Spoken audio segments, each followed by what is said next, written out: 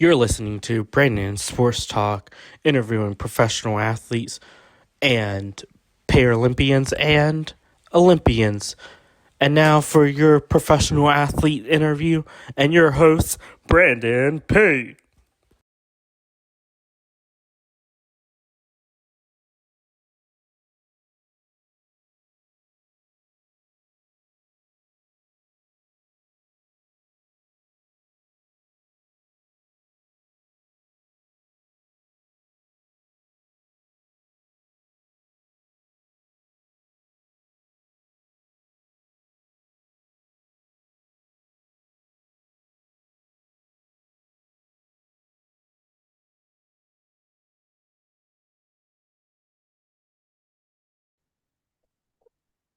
Welcome back to Brandon Sports Talk. In today's episode, I have the privilege to interview the Canada Paralympian cycling Joanne Carson. How are you doing today? Um, just to my last name is Caron, so we're pretty close. But yeah, Joanie Caron. How are you doing today? Can you talk about, of course, how you knew that you wanted to get started in competing in professional cycling? I started cycling competitively in 2004. I was coming from a running background. I was a track and field athlete, and I would say overall multi-sport athlete during all my teenage years.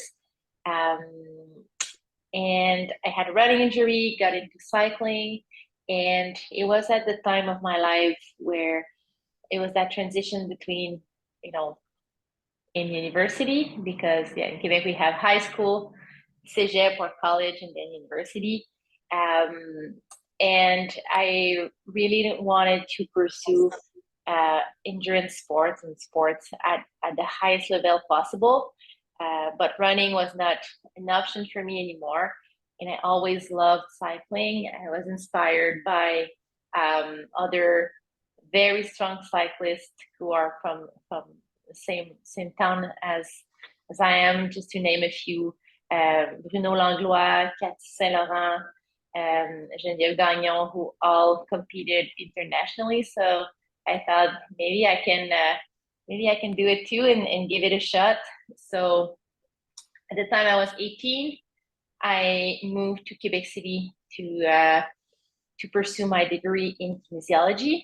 And what I did is I moved a few months before and dedicated all my spare time to cycling and training with a club, going to all the races and try to learn the ropes of the sport. And then I went quickly through provincial, so Team Quebec provincial opportunities. First one was a training camp in Virginia. I was pretty stoked, and then quickly into some national team development opportunities, racing in Europe, and essentially my goal when I started cycling was to make it to to professional level, whatever it meant in my head at the time, like the full-time competitive cyclist, and what trying to find what was the best, like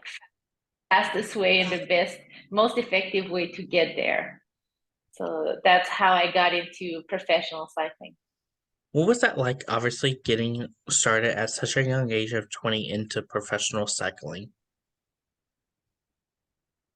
It's obviously it's not a sport that it's a late development sport, but when you compete at the highest level at that age, you are among riders who are already on the national team. They're already on professional trade teams. In Quebec, especially if we look at like 18, 20 years ago, it's a pretty competitive environment. And I feel like right now it's getting a little more sort of inclusive to new rider, a little more inviting. But at the time, we had to earn our place, and um, yeah, that is the challenge: is how can I bridge that gap? And obviously, as a rookie cyclist, like I made all the mistakes, such as leading the pack for the first 2 or 3K up to the top of the first climb, and then once everyone stood and like attacked, I was quickly left behind. But no, I had to learn fast and to ask questions.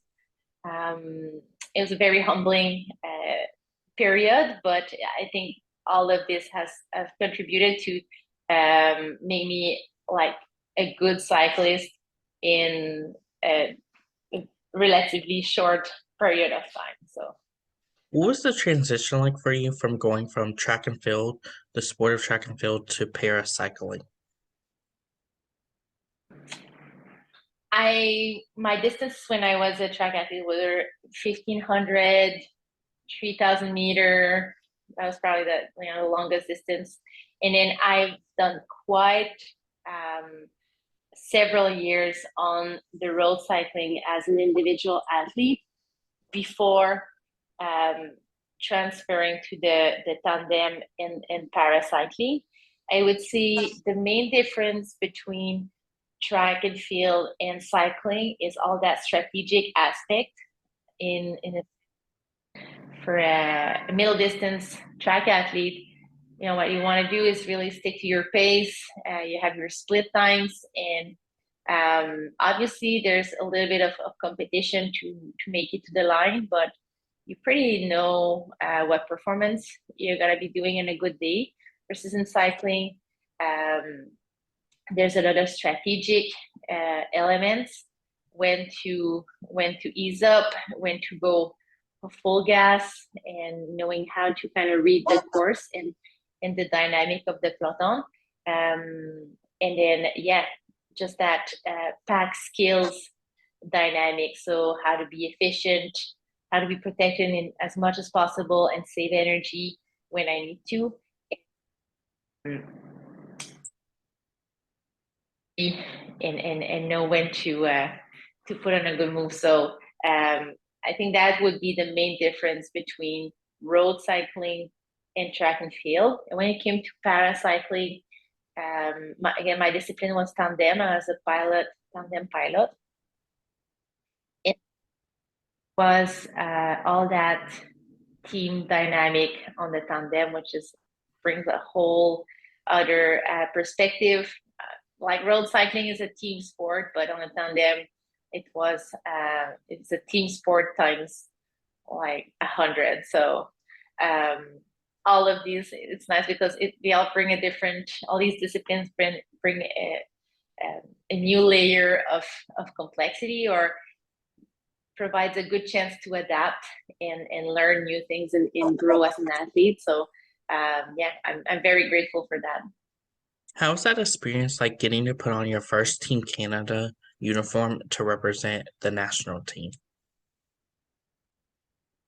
Unique. I remember my first race was actually in Europe, in France. We were doing the Tour de Bretagne, Tour of Brittany, and it was a development road project.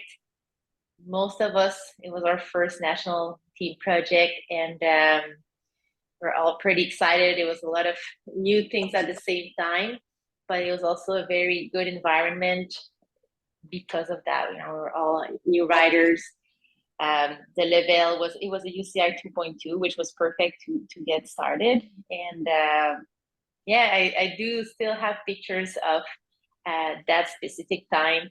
It's probably like 5 or 6 versions ago of what the Team Canada uniform is like now, but I can look at the pictures and see the big smile on my face, and just so in everybody, and it's a feeling of accomplishment, a lot of pride, and at the time, because it was our first project, it's that feeling of it's hope and a lot of possibilities. So pretty special, yes.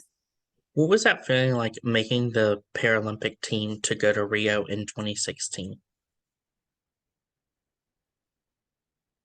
For me and for myself and my teammate Shauna, what's important to mention is that we knew we were going to the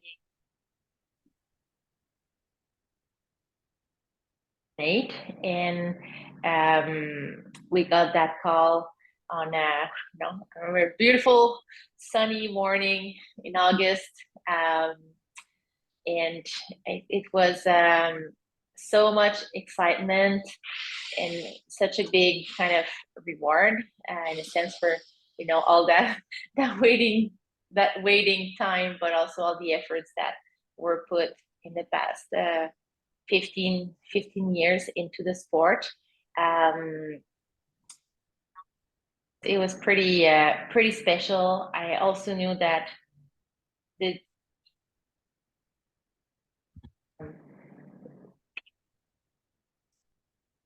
respect as a rider, but also some really good friendship within the team. So being games at the highest level of the sport in that environment, and knowing in such like a short notice, um, was pretty intense in a very good way. Yeah. Of course, in 2015, what was it like competing for the Pan American Paro Games? For the Parapanams, those were in Toronto, so in local soil, and that was the first race that Shauna and I did together. So that was even more special. First race together, we trained maybe a week together prior to the games. We never rode the track together. So at the Pan Ams, we did both road and track. So road race, time trial, and then on the track we did the pursuit and the kilo. And is to get as much results as possible, and collect points for the country. So that's, I guess, one of the reasons why we often compete in disciplines that are not our specialty, but we're there, so might as well. How is that like? Yeah, Obviously, that's good. how is that like? Obviously, competing on the road and also on the track side. It's pretty intense to compete in both discipline within like 5 or 6 days. It's you have a very short period of time to figure out the track, figure out the bike, and all the dynamics of the track as well. On the tandem, it's very different. The standing starts are a little bit scary because there's so much weight to mobilize forward. But once you get up to speed, that's pretty fun. It was good, and I mean we got really good results. Fourth place on the track in both events. Fourth and fifth, I think, and then we got a bronze medal on TT. And the fact that the time trial was the very last event, and we were all like, the podium was 3 Canadian teams. The best way to end the games. And again, I look at the picture and I can live those moments again and again. So it was pretty cool to do all these events, but pretty intense in a short period of time. Of course, going to Rio and competing at the Paralympics, what was that feeling like competing at the Paralympics, and how did it feel knowing that you made all that hard work pay off? It was obviously, it's a big, comes with, say, is pressure. I would say, um, when we're there, we're so focused on like our preparation and getting in the best physical and mental like disposition to are always stressful, but really flowy. That being said, when we are on the race day, it's pretty special because we're like, okay, this is it. You know, you have all the village and all these moments outside, but when you're on the line and racing starts, then I don't know, there's a big feeling of like, okay, I'm competing right now at that highest level possible. What I've worked really hard um, to get there. So um, huge pride and accomplishment, and just want to soak it all in and give the best effort possible on that day, really, and Of hoping everything goes well. course, while at Rio, what was that feeling like getting to put on your Paralympic uniform and have the Argonauts symbols on? And how was that different than just putting on your regular Team Canada uniform? We have special uniform for the games, obviously, and everything is has certain protocol. The games for different events and in different venue. Um, it's it's that one step higher, that next big thing. You have World Cups, World Championship, um, which like in any of these events, the stakes are pretty high. In paracycling, we only have like very few events, so each of them count. But then when go to the Olympics and or the Paralympics, both, it's like, okay, it's that next step higher that happens every 4 years for for everybody to see. But often as an athlete, it's that one chance, is that one opportunity. Um, that's pretty unique. Of course, while at the Paralympics, was there ever a moment that you were like, oh my God, Mom, I made it to the Paralympics, the biggest stage? See, getting to the village, um, it's that's when you realize, because you see all the athletes of all other sport. That's one of the only chance to interact with everybody and to see the magnitude of it. I wasn't at the ceremony, so that was probably that. Those were probably some times where you realize the amplitude of the events and everything. But getting to the village, that was a moment where I realized that, yeah, Mom made it to the Paralympics. So Of course, during your cycling career, who are some of the people that you've looked up to and haven't been inspired by? quite a few, most of them on on the woman's side.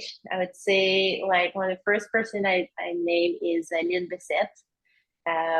When I started to race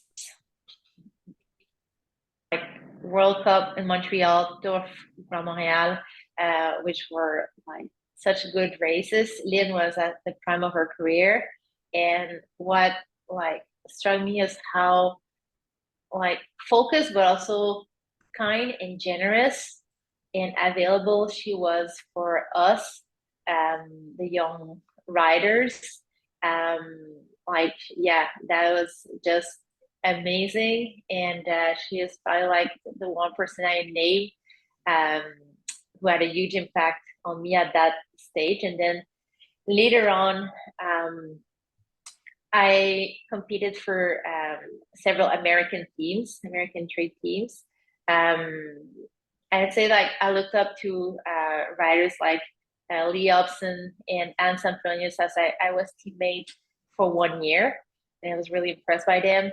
But I also had the privilege to race with Tina Pick, who's like best sprinter of all time in North America, and just like Lynn, Tina has been extremely generous in her advice how to read the race from a road sprinter eye.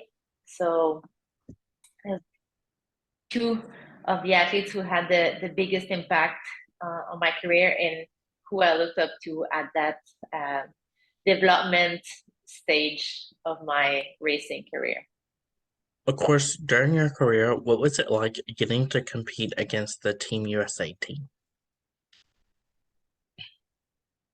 It was a progression, I would say. When there's always that feeling when you start to do these bigger races. You look at the experienced rider on the start line, and they all look so calm and collected. They all know each other. Everybody who's on the first row, they all have call ups, and I'm like, oh, I want to be like these people, and then the Americans very much accept the big names. So there's that. We don't have that kind of happy, yes, but then eventually, we have teammates are American, and then it's when we start to get to national team project and we start to compete in Europe, that there's a kind of united front with like the Canadians and the Americans. Often we stay in close by accommodation. We um, when we need to, but that there's a strong sense of camaraderie for with the North Americans who compete in Europe. That when we come back in North America, it's we kind of access a different level of friendship, and or at least friendship on the peloton, because it's like, okay, we suffered together in these roads. So I would say there's like a rivalry, but also when we are abroad, we help each other whenever we can. That being said, we are be ahead of them, and when we get to the race, it's yeah, we hear the USA number one, but we do want to be that number one. So there's I would say, a good, healthy rivalry overall. Of course, during your cycling career, were there any rituals and routines that you did to prepare for race day?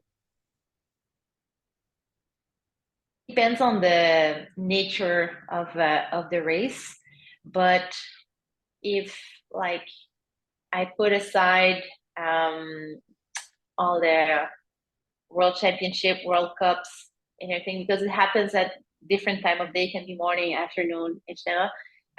One of the rituals that I like the most for the criterium style of races was we race at night, and in the morning we just go for a spin, and often it's a coffee spin. So just an easy ride. It doesn't matter if we're racing 10 days in a row. We all go for a spin and grab a coffee. And then often we'll see other like racers and all end up in the same coffee shop. And it's just that very chill atmosphere that help me relax, and then get in a good mood for the race that is several hours later. But that's the one ritual that I enjoy and that I miss the most, I would say. How did it feel to have Paralympian behind your last name and add the PLY? Um, it's very special for several reasons. For me, I spent most of my career as an individual athlete, and having access to the parasport world, it helped me to really a different side of the sport, being exposed to new like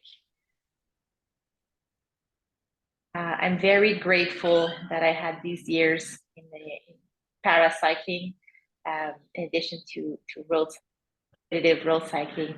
So a huge sense of gratitude for that.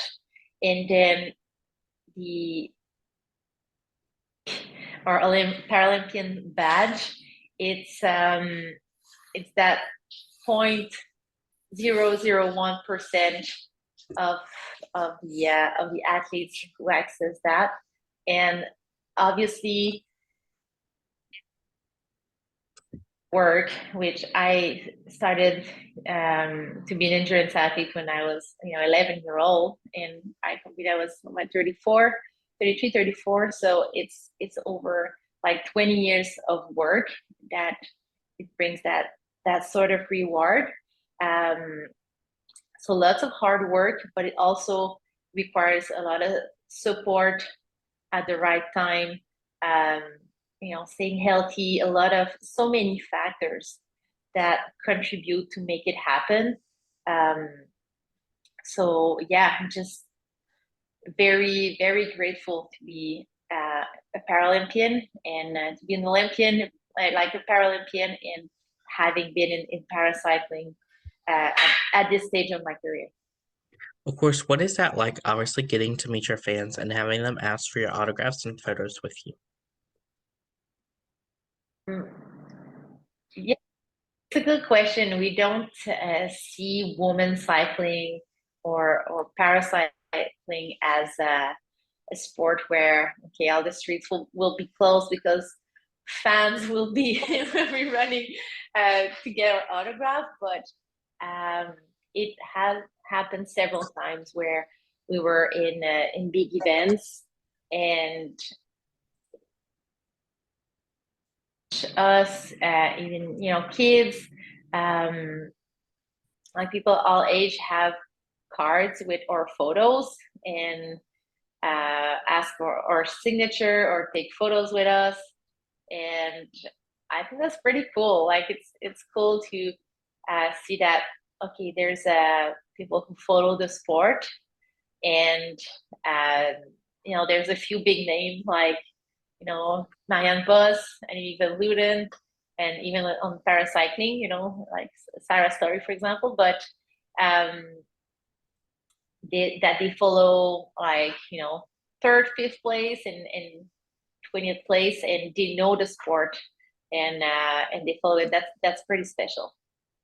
Of course, what was that feeling like when you received your Paralympic rings and you saw the Canada maple leaf flag and the Argonaut symbols on them?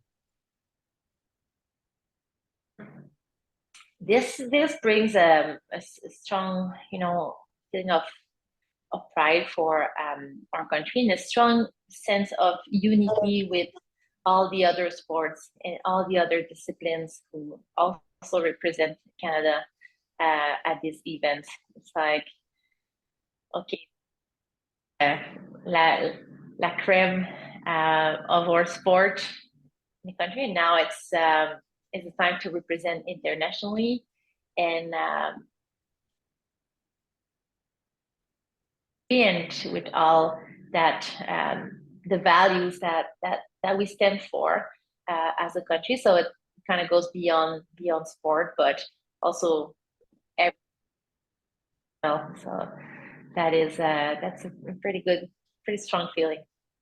Who are some of the influential people in your career that have shaped you into the paracycling that you are today? I would say the um, the athletes who I was close at the time, which obviously my tandem partner Shauna, my first tandem partner Robbie Weldon, who I learned a lot from her.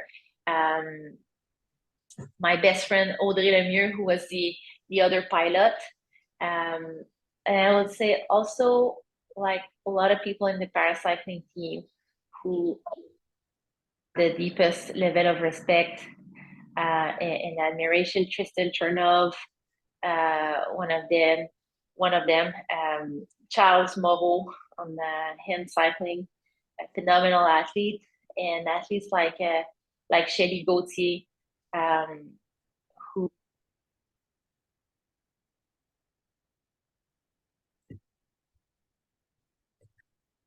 What was it like? cares, but yeah, What was yes. it like, obviously living out your Paralympic dream? Mm, let's say if living that dream was all the training leading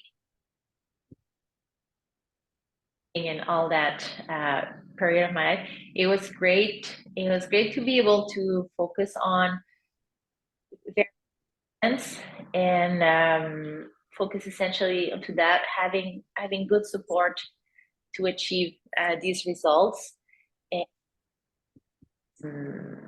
yeah, like it was good to be able to dedicate a good portion of my time and efforts towards that dream. And I just it was just great to live that dream of like working a certain, but like being able to prioritize training, resting, competing, and traveling. Um, so yeah, those were definitely good moments of my life. After the Rio 2016 Paralympics, what was that process like getting out of the sport of cycling and retiring as a professional athlete?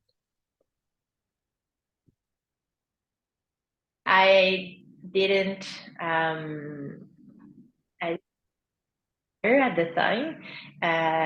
It was a decision that happened to several circumstances, but mainly my partner retired, and that was in 2017, 2018. So for me, it's been kind of a gradual retirement, absorbing that. And for the first year, I kept competing, able body. I was hoping to maybe be with another rider who was already at that level. I would say it didn't happen, but I had I kind of came back to able body racing, and the transition went pretty well, but it was a process that lasted probably like 3 years, or especially considering the pandemic, 3 years pandemic, and so on. That's kind of a gradual process, but when I look back, I realized that it was the right time to retire, and I'm glad that things happen this way. What are some of the things that you're doing now that you are a retired professional athlete? I my main occupation time is that I'm a cycling coach. I do run a cycling coaching business here in Vancouver. So I run a studio, power-based studio. I have clients that I follow on a more ongoing basis, and I work with several clubs. One of them being the UBC of British Columbia cycling team. So a lot evolves around coaching, and I'm also really into everything that's exercise physiology, or physiology in general. So working on developing a new ventures that is totally not cycling related, um, but yeah, everything that's physiology and training and science. I that's where I am on the day to day. I have a master's in exercise physiology and degree in kinesiology. So this is really where my interest is at. How have you been able to take what you've learned and how you've competed as a professional athlete over to your coaching lifestyle? Is because I run my own business. I'm the one managing my time, my schedule. That means sometimes it's very early morning. Also work on evenings. The One of the big similarity with being an athlete is that when you're an athlete 24. When you're an entrepreneur, obviously, we all need to have a 1 or 2 day off a week, but your focus is a lot around those activities. And it doesn't matter if it's like 5 in the morning or 9 or 10 at night. If things need to get done, you just gotta do it. And it's yeah, so it relies on myself for a big portion of it. Um, so I was already used to that lifestyle. Um, and then in terms of practicality in my coaching with my athletes, and also I coached with the national team project last summer. One of the things, whether it's like with those high high level athletes or more recreational athletes is that I've been there, I've been on the start line. Like obviously in training, I know things that work, things that don't work as much, but I know how an athlete feels when they're an hour before a race or half an hour. They have a good day, they have a bad day. So I think I'm able to relate with um, in aspect of training and racing. What advice would you give those people that are looking to get into the para side and in particularly paracycling? I would say that being in Quebec, we're very fortunate to have a lot of support from coaches and the federation. Um, there are other provinces that are being very supportive. So I would say at the beginning, persistent to make those build those connection, make those contact, ask questions to learn about the sport. What are the steps? What are the criteria? How do I get there? How do I train? So like find your people, ask as many questions as possible. Be persistent and yeah, those would be my main advice. What advice would you give those people that are looking to represent a national team and one day go on to make the Paralympic team?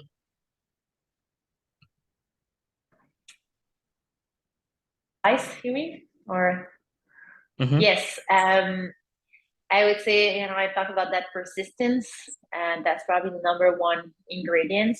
I would add to this really find your strength, find one thing that you're really good at, and hopefully you like you like that one thing. Like in my case, I grew up as a track athlete. I wanted to reach the high level of the sport in running, but I had a little more potential in different discipline. And at the end of the day, what I wanted was like just to be an athlete and train and compete. Uh, and so I just found the sport that fit me the most. So to being persistent and really identify what are your strengths. In cycling, it could be, okay, are you a time trialist or are you a sprinter? If you can identify that early on, that can get you quick where you want to be. What advice would you give those people that are Olympians and Paralympians that are going through that transition process of being retired athletes? I would say be patient, especially if you are already in that transition. I don't need to mention all that preparation beforehand. Be patient, being aware that the identity that self as an athlete will change and evolve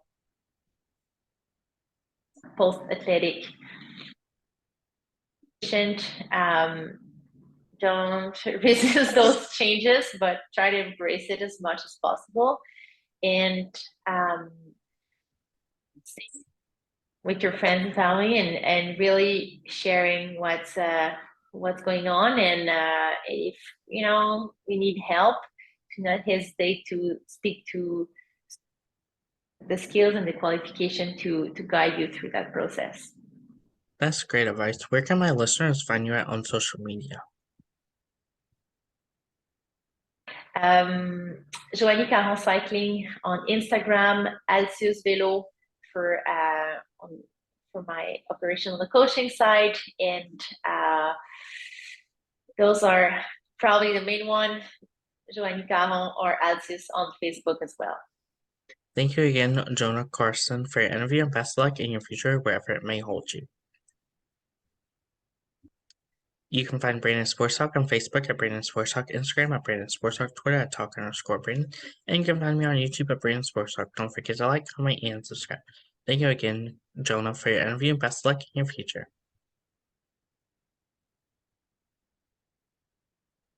You've been watching Brandon Sports Talk.